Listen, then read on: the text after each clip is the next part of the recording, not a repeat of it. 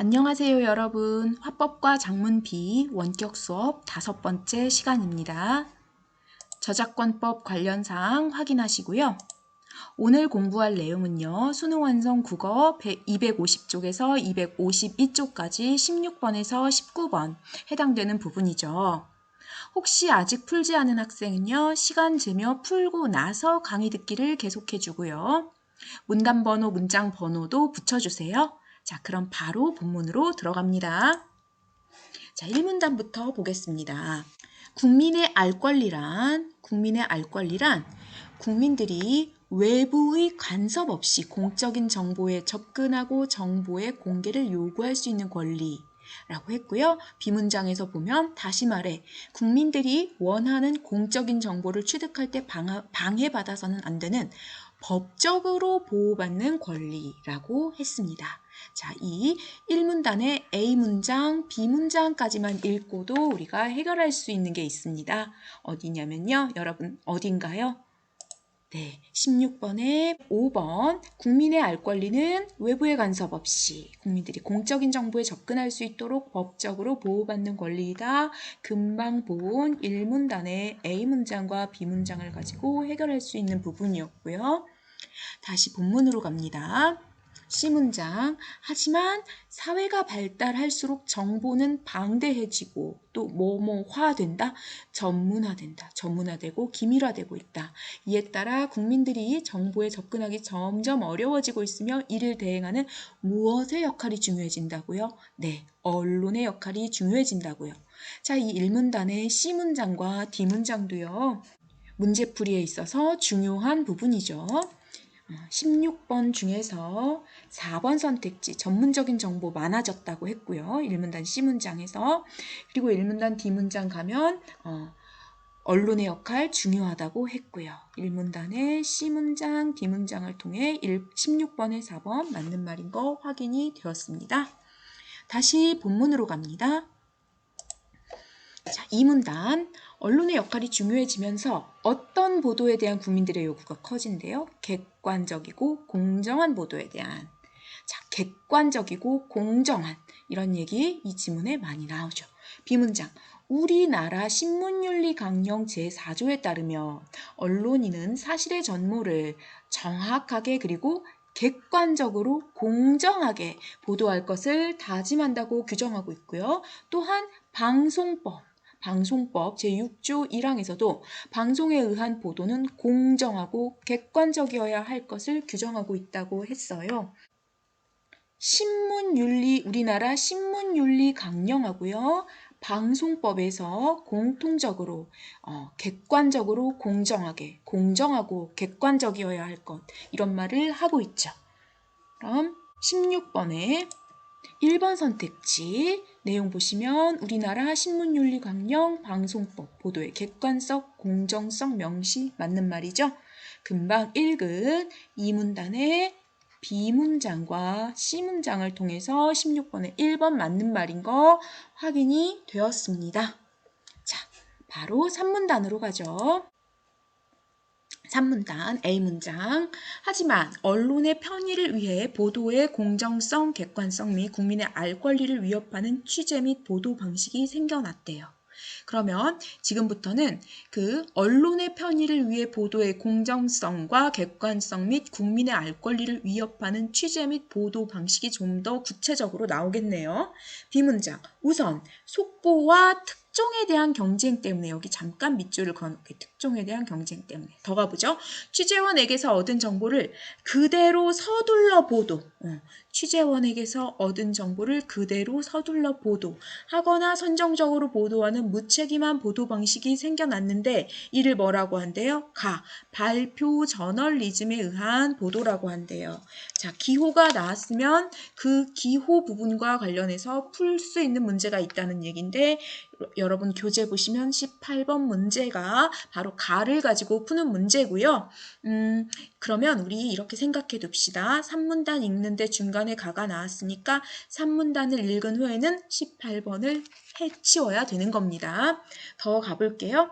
C문장, 검증되지 않은 무분별한 정보의 전달은 보도의 공정성과 객관성을 침해할 수 있으므로 취재 내용에 대한 검증은 필수적이다 라고 했어요. 이거 가지고 해결할 수 있는 선택지가 있지요. 16번에 2번 보겠습니다. 공정하고 객관적인 보도를 위해 기자는 취재원에게서 확보한 정보를 충분히 검증해야 한다. 금방 읽은 3문단의 C문장을 가지고 맞는 말이라는 거 확인할 수가 있습니다. 그럼 16번은 벌써 보니까 1번, 2번, 4번, 5번 맞는 말인 게 확인이 됐어요. 3번이 틀린 말이겠죠? 우리 본문을 계속 읽어 내려가면서 16번에 3번이 틀린 말이라는 근거만 찾아내면 16번 문제는 해결이 되는 겁니다. 자, 다시 본문으로 갑니다. 자, 이어서 D문장 보겠습니다. 다음으로 취재원과의 관계와 취재 및 보도의 편의 때문에 생겨난 엠바고, 비보도 요청, 배경 설명 같은 취재 관행이 있다. 이러한 취재 관행은 국민의 알 권리를 침해한다는 비판을 받기도 하지만 공익에 따라 일부 필요성이 인정되는 경우도 있어 구분할 필요가 있다라고 했어요. 자, 일단 3문단을 읽었으니까 우리 더 미루지 말고 18번 문제를 해결하도록 하겠습니다. 18번 윗글의 가가 뭐였습니까? 이거였죠. 그리고 나는 탐사보도예요. 자, 18번 보기에 탐사보도란 검증되지 않은 정보를 신속하게 전달하는 것이 목적이 아니라 시간이 걸리더라도 사안에 대해 심층적으로 탐사하여 진실을 담은 특종을 보도하는 것이 목적이래요.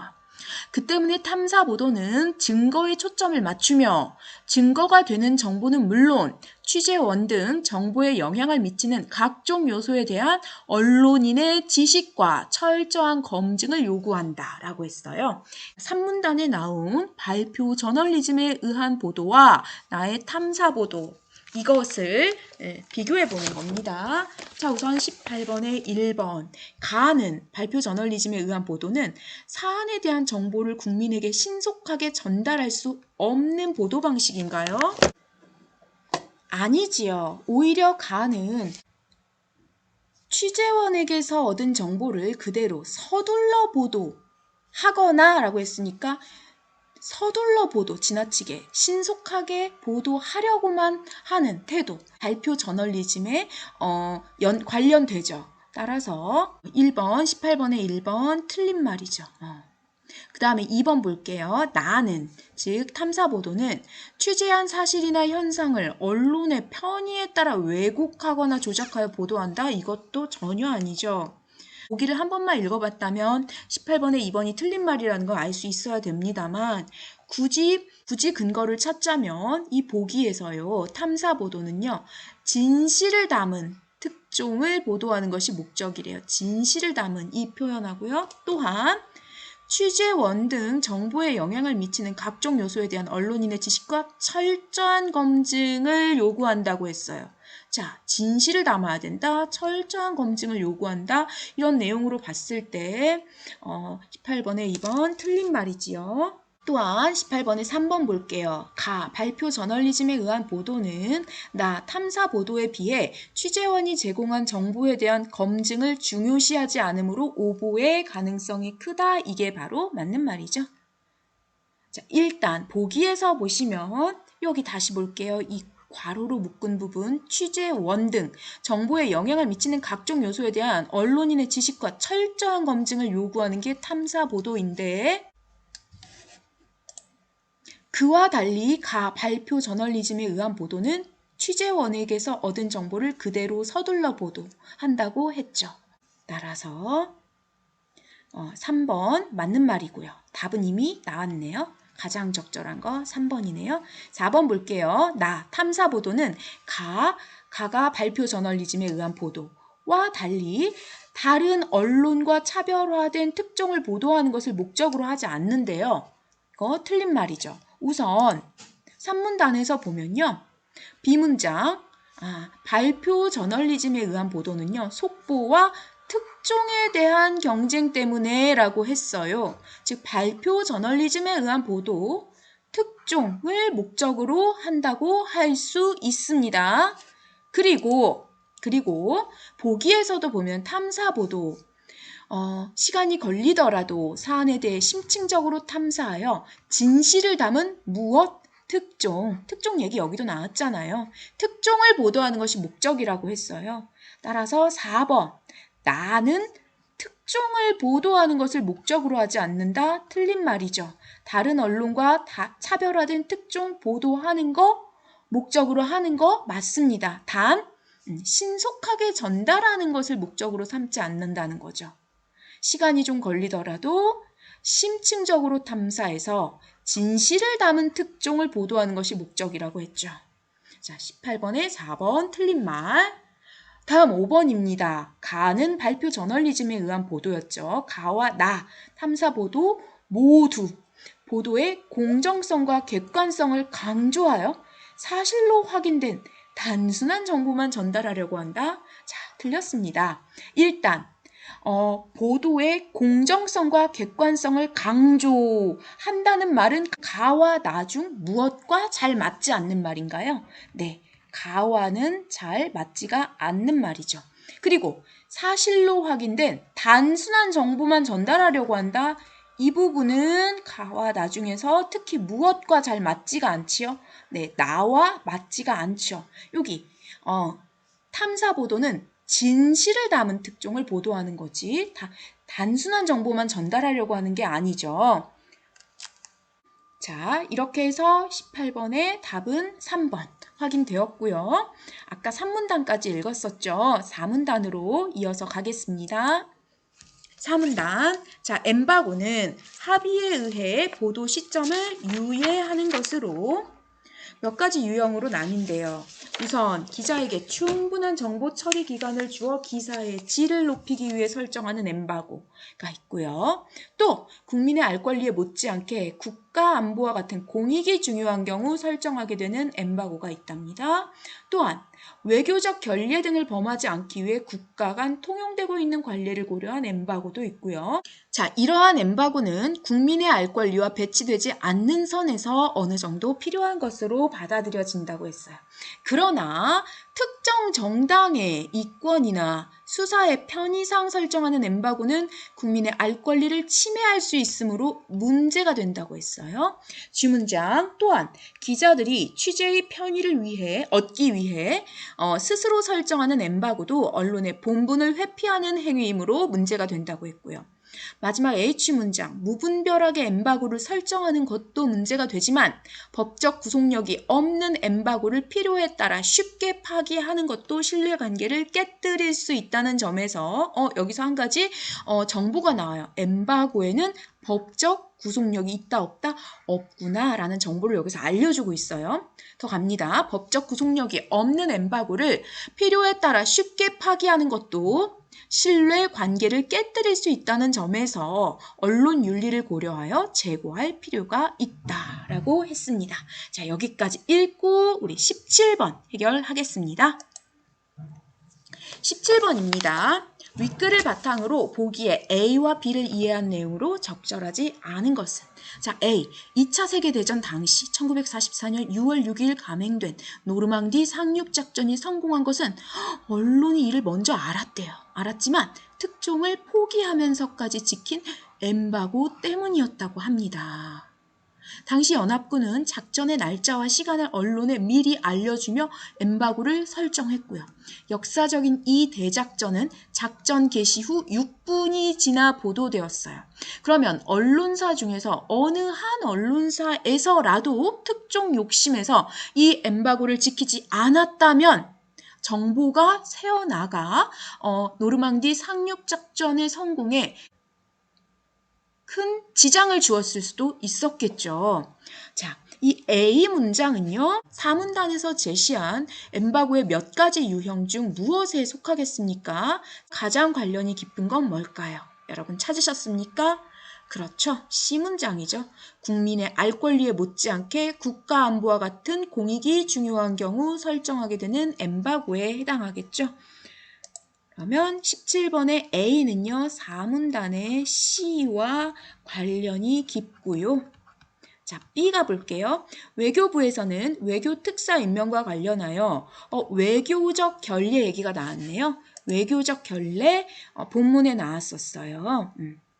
D문장, 외교적 결례 등을 범하지 않기 위해 국가 간 통용되고 있는 관례를 고려한 엠바고도 있다고 했거든요. 외교적 결례가 발생할 수 있는 문제임을 들어 공식적으로 발표할 때까지 보도 시점을 유예할 것을 기자들에게 요청했대요. 여기까지는 금방 본 4문단의 D문장과 관련이 깊고요. 더 가볼게요.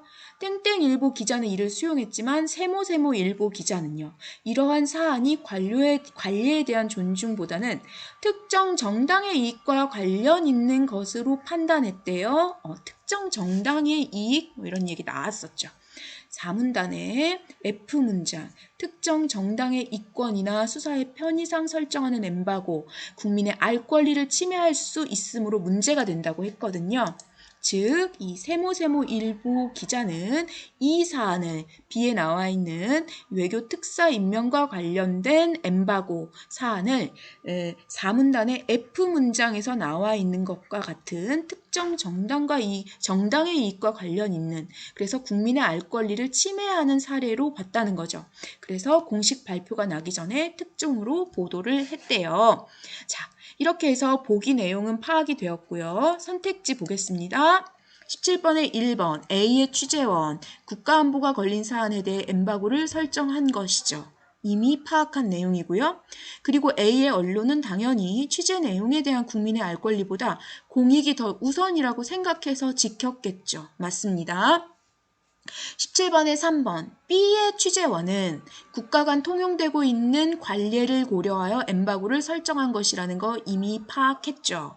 그리고 4번 B의 세모세모일보 기자는 국민의 알 권리를 우선시하여 엠바고를 파기했으므로 법적인 제재가 따르겠군. 틀렸지요? 자, 4문단 보겠습니다. 4문단의 H문장에 법적 구속력이 없는 엠바고라는 단서가 나오죠. 엠바고에는 법적 구속력이 없다라는 거 이 글을 통해 파악할 수가 있는 내용이었습니다. 따라서 법적인 제재가 따르겠군. 이게 틀린 말. 답은 4번. 5번 마저 볼게요. B의 땡땡일보 기자는 취재원이 요청한 엠바고를 관례적으로 필요한 엠바고로 판단했죠. 땡땡일보 기자는 이를 수용했죠. 그런데 세모세모일보 기자는 특정 정당의 이권을 위한 불필요한 엠바고로 판단했다는 거 보기에서 우리 파악했었습니다. 이렇게 해서 17번에 5번 맞는 말, 그렇게 해서 17번도 다 해결이 되었습니다. 편집 과정에서 잠깐 덧붙이는 내용입니다. 자, 4문단에서요. 엠바고는 합의에 의해 보도 시점 유예하는 것으로 몇 가지 유형으로 나뉜다고 했어요.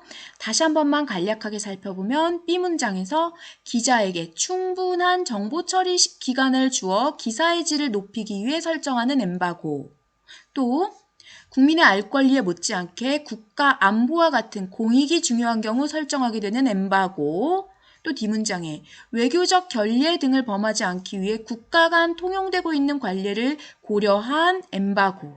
자, 이러한 것들은 국민의 알 권리와 배치되지 않는 선에서 어느 정도 필요한 것으로 받아들여지는 엠바고 유형이었고요. 자, 그 다음 특정 정당의 이권이나 수사의 편의상 설정하는 엠바고. 또한 G문장에 기자들이 취재의 편의를 얻기 위해 스스로 설정하는 엠바고. 이런 것들은 F문장에서 국민의 알 권리를 침해할 수 있으므로 문제가 된다고 했고요. 또 G문장에서 언론의 본분을 회피하는 행위이므로 문제가 된다고 했습니다. 자, 이렇게 4문단에 엠바고의 몇 가지 유형이 나오는데요. 그 중에서도 이 4문단의 C문장에 제시되어 있는 엠바고 유형은 17번의 보기에 A와 관련이 있고 4문단의 D 문장에 제시되어 있는 엠바고 유형은 17번 보기에 이 부분과 관련이 있고요. 세모일보 기자의 이 판단 내용은요. 4문단의 F 문장에 나와 있는 엠바고 유형과 관련되죠. 바로 그것을 함께 파악해 봤던 것입니다. 편집 과정에서 덧붙이는 내용 끝. 이어서 계속 잘 들어주세요. 자, 이제 우리 본문의 5문단으로 가겠습니다. 자, 5문단입니다. 보도 시점을 유의하는 엠바고와 달리 비보도 요청이라는 것과 배경 설명이라는 것은 취재 내용이나 취재원에 대한 보도를 제한하는 것을 가리킨대요. 그 중에서 기억 비보도 요청은요. 취재원에 대한 정보 및 취재원이 제공한 정보까지도 보도하지 않을 것을 전제로 취재원이 기자에게 정보를 제공하는 것을 말한답니다. 자, 여기 비보도 요청이 기억이고요. 배경 설명이 니은이에요. 그리고 기억과 니은 가지고 푸는 문제가 19번 문제예요. 자, 19번을 선택지 하나씩 해치울 수 있는 것부터 해치워가면서 보겠습니다. 19번에 1번. 자, 기억이 뭐라고요? 기억은 비보도 요청이었어요. 니은은 뭐라고요? 네, 배경 설명이었어요. 선택지 1번. 비보도 요청은 배경 설명과 달리 기자의 요청에 의해 취재원을 밝히지 않는 것으로 라고 했거든요. 일단 자, 봐요. 비보도 요청은요. 취재원에 대한 정보 및 그러니까 취재원에 대한 정보 및 취재원이 제공한 정보를 둘 다 취재원이 어떤 사람인가 어디 소속인가 뭐 이런 것들이겠죠. 그런 것에서부터 그 사람이 제공한 정보까지도 보도하지 않을 것을 전제로 취재원이 기자에게 정보를 제공하는 걸 가리킨대요. 그럼 이 문장을 해석하건대 취재원이 어떤 사람이고 어디 소속이고 이런 취재원에 대한 정보와 취재원이 제공한 정보를 보도하지 말아주세요. 요청하는 것은 누구겠습니까? 취재원 자신이겠죠. 취재원 자신이 기자에게 정보를 제공하면서 제가 어떤 사람인지 언론에 내비치지 말아주세요. 또한 그러니까 저의 개인정보를 보호해주세요. 또한 제가 말씀드리는 이 내용도 보도는 하지 말아주세요. 라면서 기자에게 정보를 제공하는 게 비보도 요청이라는 거예요. 그런데 기억은 자 니은과 달리는 지금 일단 생각하지 않은 상태에서 기억에 대해서만 보면 기억은 기자의 요청에 의해 취재원을 밝히지 않는다고요? 기자의 요청에 의해? 벌써 틀렸죠. 틀렸죠? 이렇게 해서 19번에 1번 틀린 말인 거고 자 다시 본문 가서 이어서 보겠습니다. C문장 배경 설명은 취재원에 대한 명확한 정보를 밝히지 않는 것을 전제로 역시 취재원이 기자에게 정보를 제공하는 거예요. 자, 기억과 니은 둘 다요. 어떠한 정보는 밝히지 말아주세요. 자, 기억의 경우 취재원에 대한 정보 그리고 취재원이 제공한 정보까지도 보도하지 말아주세요. 요청 취재원이 하면서 자기가 그런 요청을 하면서 기자에게 정보를 제공하는 게 비보도 요청이고요. 배경 설명은 취재원이요. 저에 대한 명확한 정보 밝히지 말아주세요. 라고 하면서 기자에게 정보를 제공하는 거고요. 자, 여기까지 읽고 나서 19번에 2번 선택지 볼게요. 니은 배경 설명은 기억과 달리 비보도 요청과 달리 취재원에 대한 정보 및 취재원이 제공한 정보 모두 밝히지 않는 것을 전제로 하고 있다고요? 바뀌었지요, 여러분. 자, 이거 기억은 니은과 달리 라고 해야 맞는 말이 되겠죠. 비보도 요청은 배경 설명과 달리 이 둘 취재원에 대한 정보 및 취재원이 제공한 정보 모두 밝히지 않는 걸 전제로 하는 거고 배경 설명이 바로 취재원에 대한 정보를 밝히지 않는 걸로 하는 거고요. 됐죠? 자, 다시 본문 갑니다. D문장 배경 설명을 통해 얻은 정보를 언론이 보도하는 것은 취재원을 밝히지 않으므로 보도 내용의 신뢰성이 하락하고요. 또 한 가지, 보도 내용이 거짓으로 밝혀질 경우 보도에 대한 책임을 취재원에게 묻기 어렵다고 했어요. 자, 배경 설명을 통해 얻은 정보를 가지고 보도를 했어요. 근데 그 보도 내용이 거짓으로 밝혀질 경우 보도에 대한 책임을 취재원에게 묻기 어렵다 했어요. 자, O문단의 D문장 가지고 해결할 수 있는 거 19번에 4번 선택지. 기업과 니은은 모두 보도 내용에 의해 문제가 생길 경우 보도의 책임이 취재원에게 전가될 수 있다. 지금 방금 읽은 내용에 따르면 일단 기억에 대해서 따져볼 것도 없이 일단 니은에 대해서 이건 맞는 말입니까? 틀린 말입니까? 틀린 말이죠. 여기 배경 설명을 통해 얻은 정보, 즉 니은을 통해 얻은 정보, 보도 내용이 거짓으로 밝혀질 경우 보도에 대한 책임을 취재원에게 묻기 어렵다 했잖아요. 그러니까 일단 니은에 대해서 틀린 말이고요. 또한 조금만 더 생각해 보면요. 기업 같은 경우는요. 애초에 취재원이 정보를 제공할 때요. 이거 보도하지 말아주세요. 이 내용 보도하지 말아주세요 라면서 취재원이 기자에게 정보를 제공한 거예요. 그럼에도 불구하고 기자가 취재원의 요청을 어기고 기자가 취재원의 당부를 어기고 보도를 해버렸어요. 그런 경우 보도에 대한 책임을 취재원에게 물을 수 있을까요?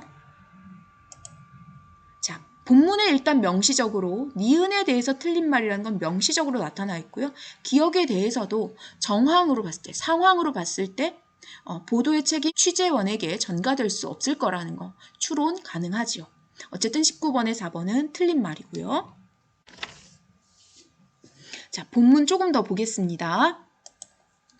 이 문장, 비보도 요청과 배경 설명은 취재원과의 신뢰를 바탕으로 중요한 정보를 심층적으로 취재하는데 도움이 될 수는 있지만, 자, 여기까지 읽고 바로 해결합니다. 19번에 3번. 둘 다 취재원과의 신뢰를 깨뜨리나요? 심층적 취재를 어렵게 하나요? 금방 읽은 내용에 따르면 전혀 아니지요.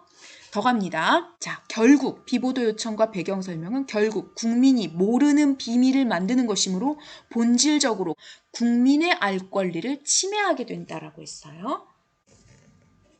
그럼 여기서 19번의 5번 선택지 기업과 니은 국민의 알 권리보다 취재원의 요청을 우선시한 거죠. 그런 점에서 언론의 본질적 책무를 회피한 것으로 볼 수 있다.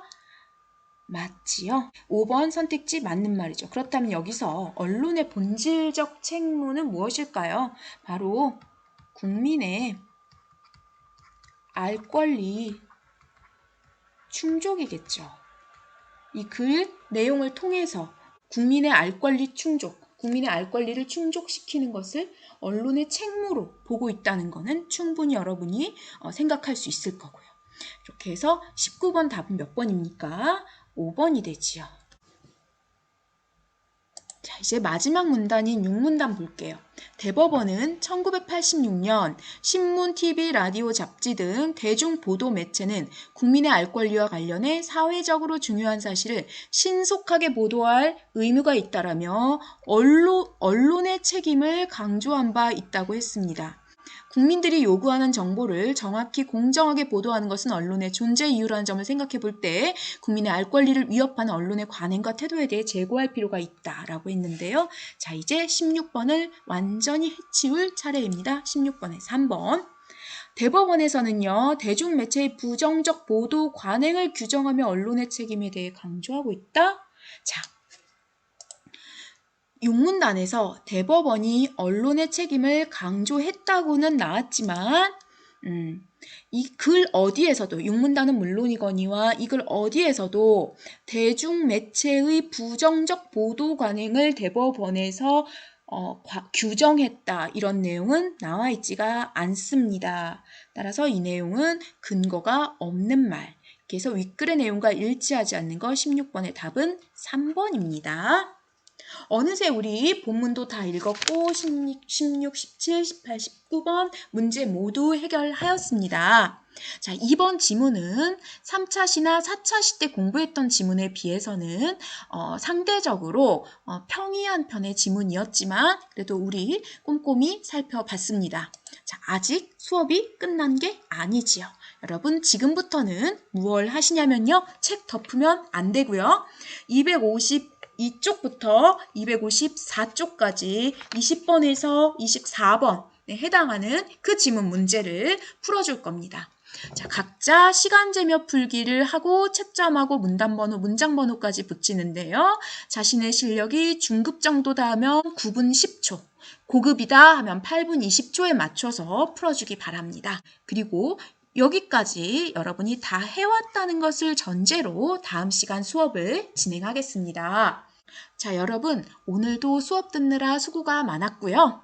자, 지금부터 252쪽부터 254쪽까지의 지문, 그 문제들 시간제며 풀기 시작해 주세요.